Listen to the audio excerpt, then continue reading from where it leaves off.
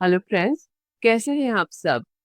As per my commitment आज मैं फिर एक ऐसी वीडियो लेकर आई हूँ जो आपको अपने बर्थ चार्ट को समझते हुए अपनी स्ट्रेंथ्स और अपने वीक एरियाज को पहचानने में हेल्प करेगी, जिससे आप अपनी लाइफ को बेहतर और बेहतर बनाते रहेंगे।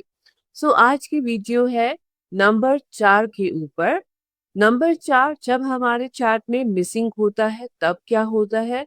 अगर ये एक बार, दो बार, तीन बार या तीन से ज्यादा बार, चार बार आ जाए तो क्या होता है, और ऐसी कौन सी रेमेडीज है जो हम कर सकते हैं अगर हमारे चार्ट में नंबर 4 मिसिंग है, और हम कौन सी रेमेडीज कर सकते हैं जब हमारा मूलांक या भाग्यांक 4 है, ताकि हम उसकी स्ट्रेंथ को पॉजिटिव और स्ट्रॉन्ग कर सके। सो चलिए वीडियो शुरू करते हैं। उससे पहले डू सब्सक्राइब माय चैनल। मेरे वीडियो को लाइक जरूर कीजिएगा और बेल आइकन दबाइएगा।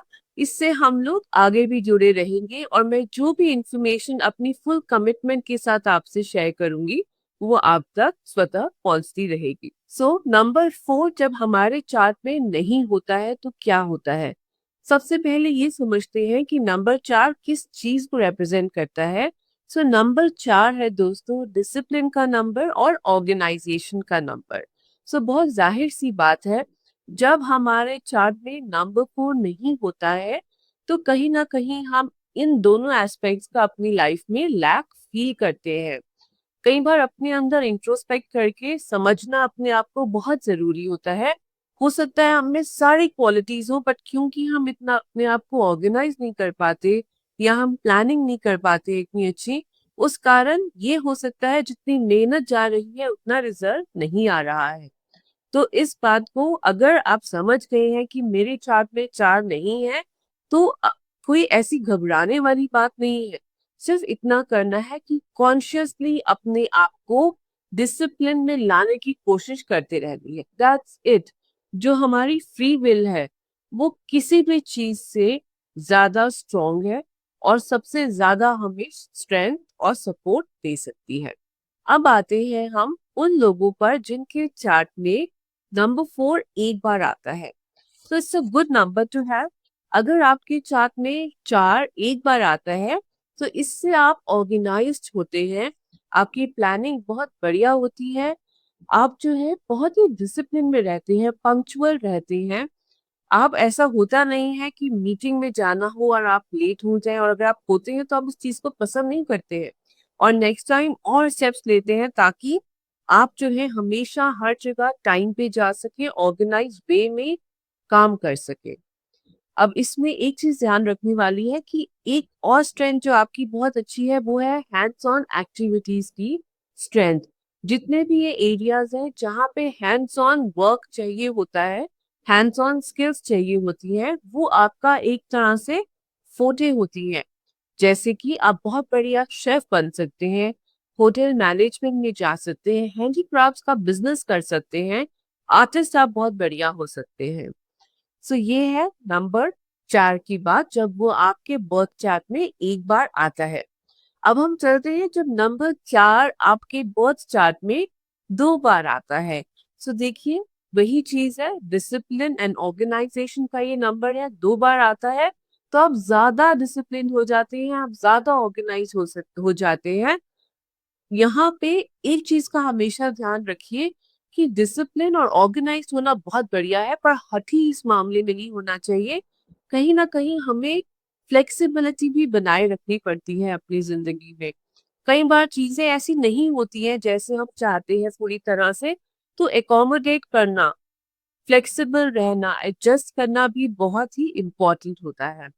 ऐसे जो लोग हैं ऐसी जगह पे जहाँ पे बहुत क्योस है, वहां पे फटाक से ऑर्डर ला सकते हैं।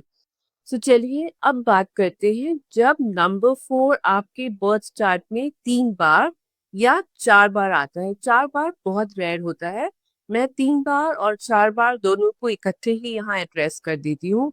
देखिए यहाँ पर जो आपकी ऑर्गेनाइजेशनल एबिलिटी है वो एक चरम सीमा पर होती है, बहुत बढ़िया होती है, डिसिप्लिन भी आपका बहुत ही बढ़िया होता है। ये ध्यान रखिए ये कभी ओवर ना हो जाए।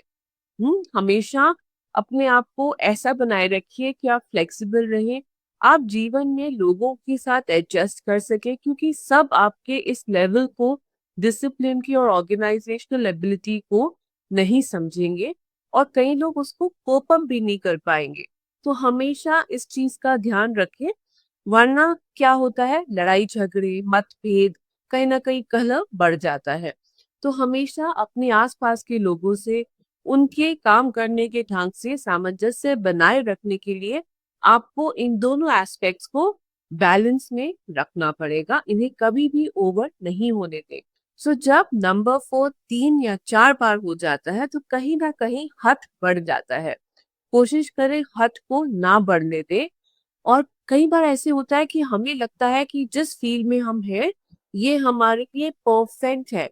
सारी दुनिया को पता होगा कि आपका टैलेंट एक्चुअली कहाँ पे है, बट क्योंकि आपका डिसिप्लिन इतना ज्यादा है, ऑर्गेनाइजेशनल एबिलिटी इतनी है, आप गिव अप नहीं करते हैं, तो आप उसी फील्ड में जहाँ पे है लगे रहते हैं। ये अननेसेसरी स्ट्रगल भी कई बार आपको दे देता है। So be open to the opinions of others, be accommodating, और एडजस्ट करें, अपने आप को फ्लेक्सिबल रखें। ये जो नंबर है ये आपको बहुत आगे तक लेके जा सकता है, अगर आप इन चीजों पे ध्यान हमेशा अपना कॉन्शियसली बनाए रखें। अब हम आते हैं रेमेडीज पे। रेमेडीज किस चीज की? जब नंबर 4 आपके बर्थ चार्ट में या न्यूमेरोस्कोप में नहीं होता है, या नंबर 4 आपका मूलांक या भाग्यांक है, ये रेमेडीज आप जरूर करें। पहली चीज, कोई भी वुडन एलिमेंट को आप धारण करें, जैसे कि पांचमुखी रुद्राक्ष का जो दाना होता है उसे पहने, या पांचमुखी रुद्राक्ष की माला पहने, तुलसी की माला पहने, या फिर चंदन की माला पहने। जो वुड का एक ब्रेसलेट आता है वो भी पहन सकते हैं। इसके अलावा जो बाहर की डॉग्स है, स्ट्रे डॉग्स है, गली में जो डॉग्स पाए जाते हैं, उनकी सेवा करें, उनको खाना दें, दूध में भिगो के रोटी या ब्रेड उन्हें जरूर खिलाएं। बिल्कुल ना सोचें वो जो डॉग है किस रंग के हैं, बस वो स्ट्रे डॉग्स हो, बाहर की हूँ, उन्हें आप उनकी सेवा कीजिए। उम्मीद करती हूँ ये वीडियो आपने इस पॉइंट तक जरूर देखा होगा, और अगर आपके चार्ट में 4 मिसिंग है तो आप ये रेमेडीज करके जरूर अपने चार्ट को स्ट्रेंथन करेंगे। मैं अपनी इसी कमिटमेंट के साथ आपके सामने हाजिर होती रहूंगी। आप मेरे से मिलते रहिए, मेरे चैनल को सब्सक्राइब जरूर कीजिए, ताकि हमारा ये कनेक्ट हमेशा बना रहे। बेस्ट विशेस के साथ मैं अभी के लिए आपसे विदा लेती हूँ। जल्दी आपसे मिलूंगी अपने नेक्स्ट वीडियो के माध्यम से।